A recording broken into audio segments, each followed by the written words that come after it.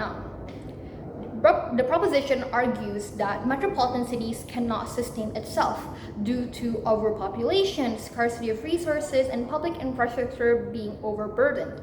And this results in slum and dense areas because of not enough land to sustain, again, the overpopulation of people. There's also an increase in criminal rates and also a decrease in sanitary being the welfare of the people. And that all of this is an issue created by the government itself by focusing growth and development on these urban areas, literally focusing all of it on these urban areas.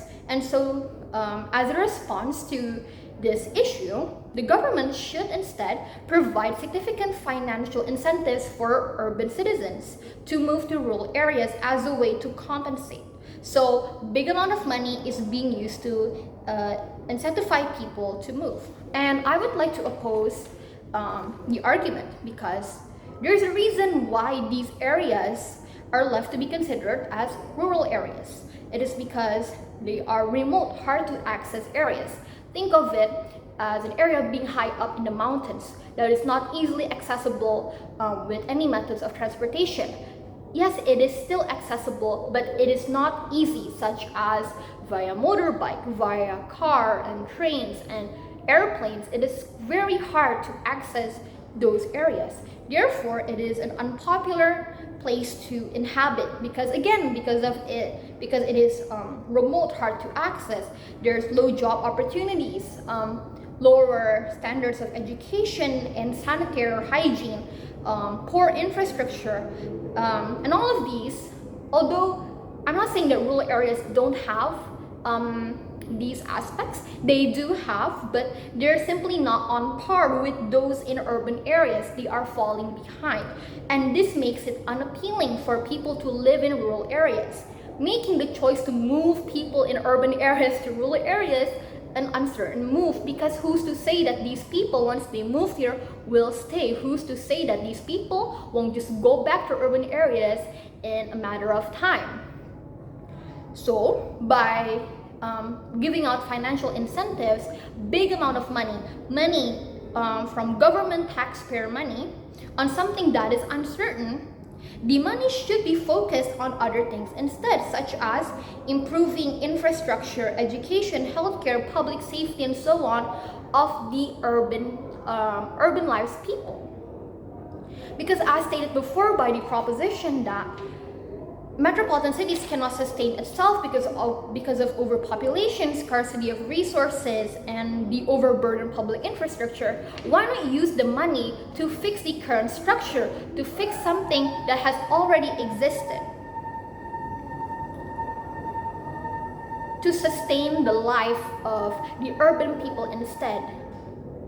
And speaking of infrastructure, education, healthcare, and public safety, without these aspects, or even these aspects that are considered as sustainable for life, financial incentives itself can create the sustainable living conditions.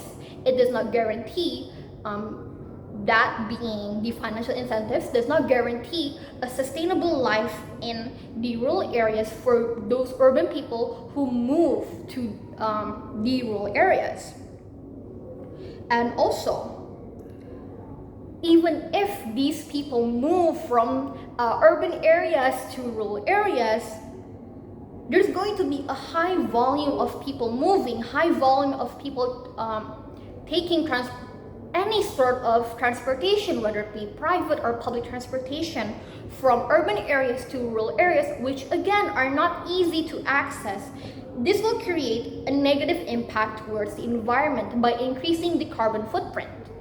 Yes, they may take public transportation, but still it will create an increase, a negative increase, I would like to add, towards the environment.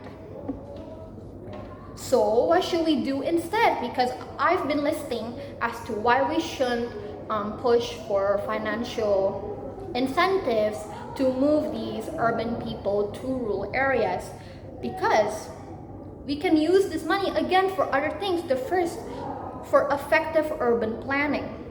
One one type of planning that prioritizes high density population, while taking into consideration, of course, the comfort and safety of the people. We cannot build housing that may be effective to solve high population, high density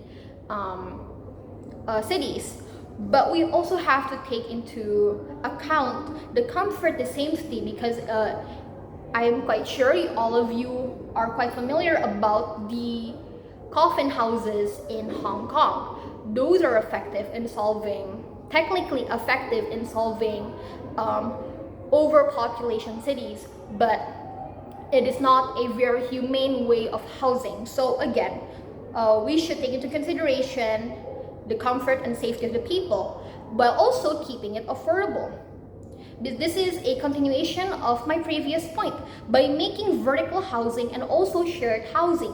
So think of it as this: we have a large plot of land, but if we build horizontal housing that can only, let's say, fit 5 families, but those 5 families, not all of them have the same amount of people in each family. One only has 3 and the other has 5, the other has 8 people in their family. So instead, we should make it vertical, where we can, in the same land that has 5 housings horizontally, we could fit 10 vertically. And multiplied by 5, we can have 50 housings in one single plot of land if done vertically and effectively. And we can also make it shared to make it more effective. Why waste a huge plot of land for a family of 3 and have the same size of land for a family of 8? We should plan strategically, and it depends. It should be tailored to the family's needs. And then we should also pour our development into healthcare and education. Improve it, make it more accessible, make it so that not only a small group of people can access it, but the general public can access it. Because better education, better healthcare, it improves the quality of life in general, not only the health, but the overall quality of life. And lastly, we should also pour out development in smaller or minor cities. Now, this does not always mean rural areas. So for example, we currently live in Jakarta. I currently live in Jakarta, and Jakarta is the capital city of Indonesia. It is a big and major city. However, there are also smaller or minor cities. Think of Yogyakarta, think of Solo. Those are minor cities, but are not considered as rural areas. Think rural areas such as Magetan. Now that is rural. Now, instead of focusing solely on big major cities like Jakarta, we should also pour out our money, our resources into developing cities such as Yogyakarta and Solo. So that again, the burden is not only pressurized into Jakarta, but can also be alleviated into other smaller cities.